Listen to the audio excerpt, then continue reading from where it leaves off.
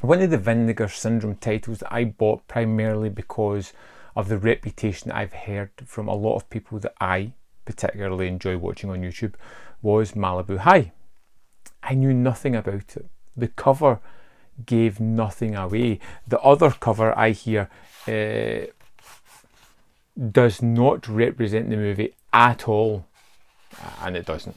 And this is a constantly surprising, really unusual, highly watchable movie that I just loved. We open up to our main character of Kim, who's played by Jill Lansing, who, as far as I can tell, doesn't really have any other credentials in acting, and she is breathtaking as Kim, a young woman whom has just broke up with her partner, whose partner has already moved on, who's not doing well at school, whose future seems to be mapped out, and it's not something that looks particularly great. And she just has this moment of revelation. She just clicks. She turns herself into a sexual being, using it as a business, starting to sell herself to make money. And to be honest, I don't want to say any more than that, because this thing takes some weird and unusual turns that I found shocking, exhilarating, and just downright baffling at times. It was brilliant in the way that it created this character of Jill and how she went from one obscure path to something of a little bit more notorious and really shocking in the way it was delivered. And it's that sudden switch in Kim, who's just looking at her body and just decides, you know what, this is what I've got, I'm going to use it to the best of my means to try and better myself. It's a little bit of warped thinking, but it's really fun to see her go and just take control of her life, to see how far she can push herself and others at the same time. Malibu High was different.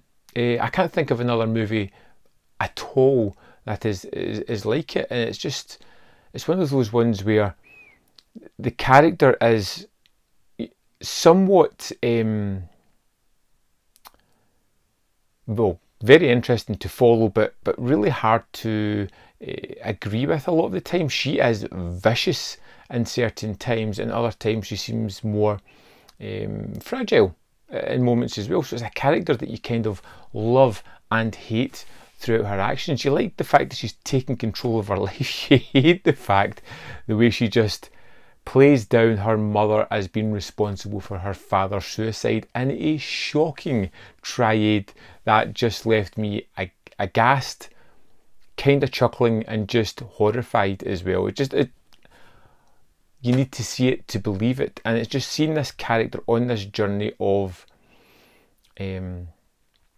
trying to control her life, but losing the person she is in the same kind of way of doing that. She wants to take control. She wants to better her life. She thinks she's doing that, but she's ultimately dehumanizing herself at the same time.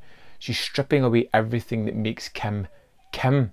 And the movie builds towards a rather shocking finale that I just didn't see coming. But to be fair, there's lots of turns in this movie where I was just really surprised with the way that Kim took these weird turns without much effect on her.